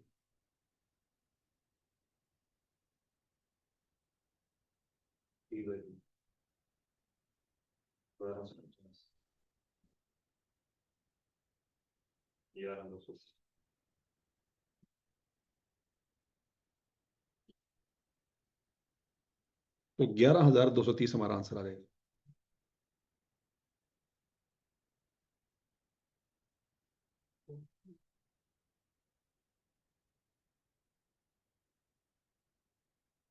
और समझ रही बात की? अब दोबारा सुन लो बच्चों, ये सारे पापड़ हमने क्यों बेले? पहला पॉइंट है, आई क्या आपने कहा था 2015 के अकाउंट बनाने हैं, तो 2015 का मशीनरी अकाउंट तो आराम से ओपनिंग बैलेंस आ रहेगा 50,000। ये 25,000 भी समझ आ गया, वो 20,000 भी समझ आ गया। ये तीनों बातें आई कि आपने सवाल में दी थी, वो हमने लिख दी। क्लियर है? उसने क्यूमुलेटिव डेप्रिसिएशन के बारे में कुछ भी नहीं बताया। ये चारों बातें हमारी अननोन है। ओपनिंग बैलेंस, डिस्पोजल, डेप्रिसिएशन और क्लोजिंग बैलेंस। क्यूमुलेटिव डेप्रिसिएशन की चारों बातें क्या है हमें नहीं पता। अच्छा, तो इसका मतलब है सबसे पहले निकालना पड़ेगा ब्रॉड डाउन। ब्रॉड डाउन निकालने का एक तरीका तो ये कि पहले 12 से शुरू करें दास्तान। 12, फिर 13, फिर 14, फिर 15। तो जो 14 का क्लोजिंग बैलेंस होगा वो 15 का क्या हो जाएगा, ब्रॉड डाउन। लेकिन हम 12, 13, 14 के अकाउंट्स बना के टाइम जाया क्यों करें, हम डायरेक्ट 15 का आंसर क्यों ना निकाल लें। ठीक है, 12, 13, 14 आराम आराम से करेंगे, मसला कोई नहीं, बहुत अच्छी बात है, हर एक चीज समझ आ रही है। लेकिन उस समझ का क्या फायदा जो टाइम के अंदर ना हो सके। समझ आई बात की कि नहीं। मतलब अगर आपको 20 साल की उम्र में जाके पता चला है कि मिट्टी नहीं खानी चाहिए थी, तो फायदा क्या हुआ, तो मिट्टी खा लेंगे। 20 साल की उम्र में जाके पता लगा जी वो ये फलां फलां चीजें गंद होती हैं, ये नहीं खाते, तो फायदा कोई। तो इसलिए टाइम पे ही मम्मा पापा ने डिसाइड किया था कि इसको थप्पड़ मारो, क्योंकि जब तक जाके इसको पता चलेगा कि मिट्टी नहीं खानी, तब तक बहुत देर हो चुकी हो, ये खुद मिट्टी हो चुका होगा। तो लिहाजा इसको यहां से बचाओ, इन्हें थप्पड़ ही मारो। ठीक है। तो बच्चों जब तक आपको समझ लगेगा ना कि यार सवाल तो बड़ा मजा है, ओहो हो क्या बात है, कितना प्यारा सवाल हुआ है, तो ये सवाल करने के बाद एग्जामिनर कहेगा भाईजान पेपर फटा दो, टाइम हो गया। तो टेंशन यहाँ पे हो गई, यार इको सवाल किया था मैं पूरे 3 घंटे से। ठीक है। तो इसका मतलब बच्चों आपको करना पड़ेगा सवाल ज्यादा, टाइम है कम। तो इसका मतलब ओपनिंग बैलेंस आपको पता नहीं है, तो इस इतने लंबे तरीके की बजाय आपको ये वाला तरीका इस्तेमाल करना पड़ेगा। कैलकुलेशन कर लेंगे, 31,500 तक पहुंच जाए। ठीक है, ये भी बता दिए कि 2 मशीनें अगर पूरा पूरा सारे इस्तेमाल हो रही हैं तो उन दोनों को इकट्ठा कर लें, वहां पे भी टाइम सेव हो जाएगा। तो 31,500 तक यहाँ पे पहुंच गए।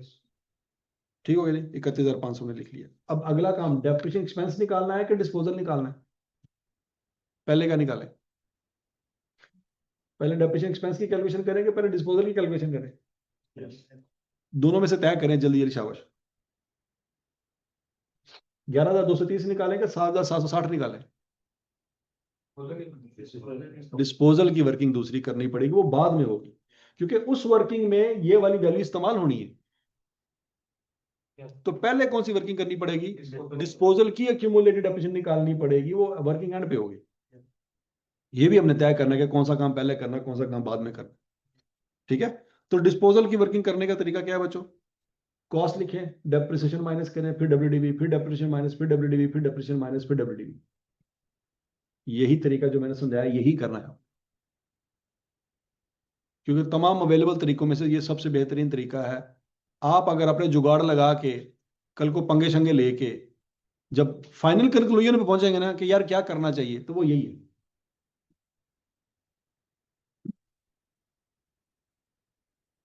यहां तक की बात समझ गई। अच्छा जी। और यहां से बच्चों हमारे पास डेप्रिसिएशन निकल आएगी जी 7,760, ये भी निकाल ली। फिर उसके बाद हमने 31,500 निकाल लिया, 7,760 भी निकाल लिया। अब क्या निकालना है, डेप्रिसिएशन एक्सपेंस 11,230। और आपको पता है कि आपके पास हर एसेट की डिटेल अवेलेबल नहीं है,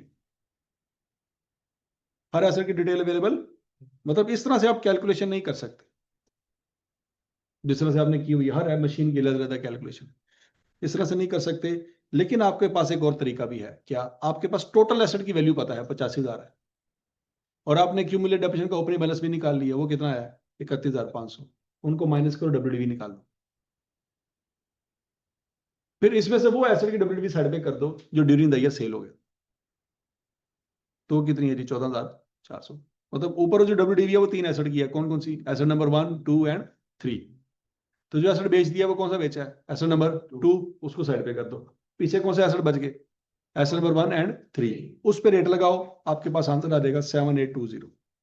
ये एसेट नंबर 1 और 3 की पूरे साल की डेप्रिसिएशन आ गई आपके पास। अब नीचे क्या करना है, वो एसेट जो साल से कम अरसे में इस्तेमाल हुए हैं उनकी डेप्रिसिएशन शामिल करनी है बीच में।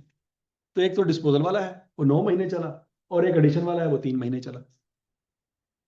अच्छा, डिस्पोजल वाले की कैलकुलेशन लादा से करने की जरूरत नहीं है, क्योंकि वो आपने ऑलरेडी की हुई है। कहाँ की हुई है, ऊपर वर्किंग नंबर 2 में, उसका हवाला दे दो। 2160 नजर आ रहा है आपको, वो हमने लिख दी। और जो एडिशन में नया एसिड आया है उसके 3 महीनों की डेप्रिसिएशन निकाल के शामिल कर देंगे तो 11230 आंसर आ जाएगा। तो बच्चों इस तरीके से ये आपका अक्यूमुलेटेड डेप्रिसिएशन का अकाउंट कंप्लीट हो जाएगा, जो कि उसने हमें नहीं दिया हुआ था लेकिन हम कर लेंगे। हजमन शुद्धमन समझ लगी बात? तो बच्चों यही सवाल आपने घर जाके रिवाइज करना है अच्छी तरह से। इसमें कोई मसला होगा वो डिस्कस करेंगे कल बैठ के, ठीक है। इसमें बहुत सारे कंसेप्ट हैं आज हमने जो पढ़े हैं, लेकिन बहरहाल ये सवाल आप रिवाइज करेंगे तो बातें समझ आएंगी। ठीक हो गया जी? Thank you ji, Allah Hafiz.